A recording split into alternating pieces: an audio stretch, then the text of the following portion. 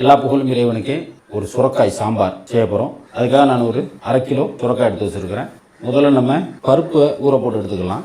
ஒரு 100 கிராம் துவரம் பருப்பு, ஒரு 50 கிராம் பாசிப்பருப்பு எடுத்து நல்லா கழுவி அதை ஊற வைக்க போகிறேன். ஒரு 10 நிமிஷம் ஊற வச்சா போதும்.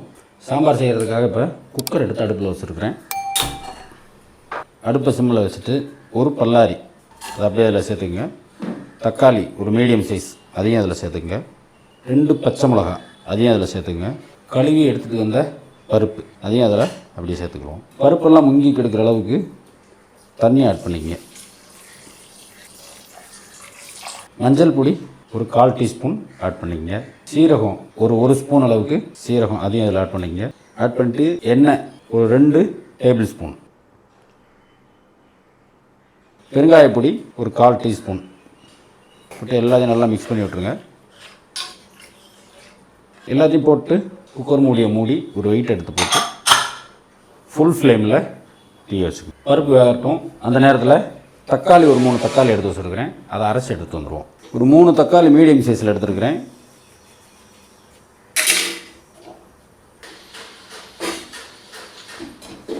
நல்லா ஃபைன் பேஸ்ட்டாக அரைச்சி எடுத்து வந்துடணும்.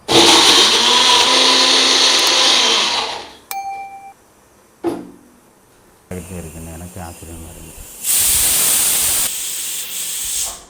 குக்கர் 4 விசில் அடிச்சிருச்சு. இந்த நேரத்தில் நம்ம ஸ்டவ்வை ஆஃப் பண்ணிடுவோம். குக்கர்னுடைய ஏர் அடங்குற வரைக்கும் கொஞ்சம் நேரம் வெயிட் பண்ணுவோம். குக்கர் ஏர் ஃபுல்லாக அடங்கிடுச்சு. இந்த நேரத்தில் குக்கரை ஓப்பன் பண்ணிடுவோம். நல்லா பருப்பெல்லாம் நல்லா குழஞ்சி வந்துருக்கு. ஒரு 1/2 கிலோ அளவுக்கு சுரக்காய் எடுத்து வச்சுருக்கிறேன். அந்த சுரக்காவை சின்ன பீஸுகளாக கட் பண்ணி வச்சுருக்கிறேன்.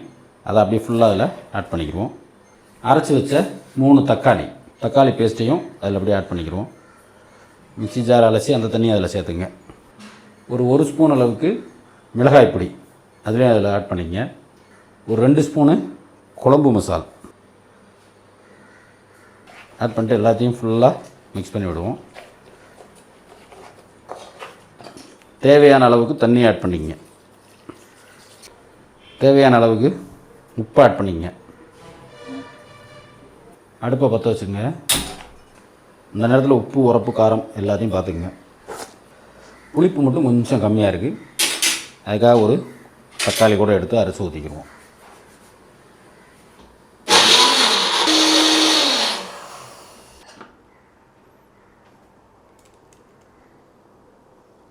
ஃபுல்லாக மிக்ஸ் பண்ணி விட்டுட்டு ஒரு 10 கருவேப்பிலை எடுத்து மேலே ஆட் பண்ணி குக்கர் மூடியை போட்டு வெயிட் எடுத்து போட்டு மூடி வச்சுருங்க.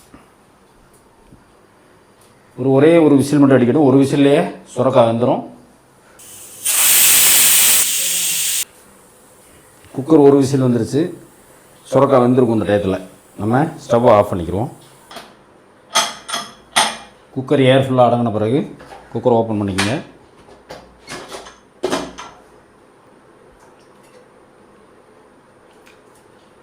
சுரக்காய் ஃபுல்லாகவே நல்லா வெந்துருச்சு. இந்த டயத்தில் தாளிப்பு கண்டு எடுத்து வச்சு அடுப்பை பற்ற வச்சு சிம்மில் வச்சுங்க.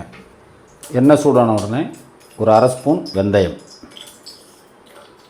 ஒரு ஸ்பூன் கடுகு உளுந்தம் பருப்பு, ஒரு 5 பல்லு சின்ன வெங்காயம், ஒரு 2 காஞ்ச மிளகா அதை எடுத்து நல்லா உடச்சி இப்படி போட்டுங்க. ஒரு 10 போல் கருவேப்பிலை.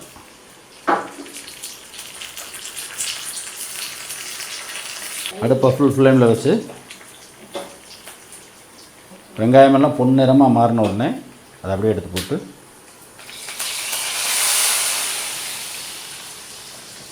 ஒரு கையளவுக்கு கொத்தமல்லி இலைகளை அப்படியே மேலே போட்டுருங்க. குக்கர் மூடி எடுத்து லைட்டாக மூடி வச்சுருவோம். சாம்பாரை ஃபுல் ஃப்ளேம் வச்சு ஒரு 1 நிமிஷம் விட்டுட்டு ஆஃப் பண்ணிடுங்க.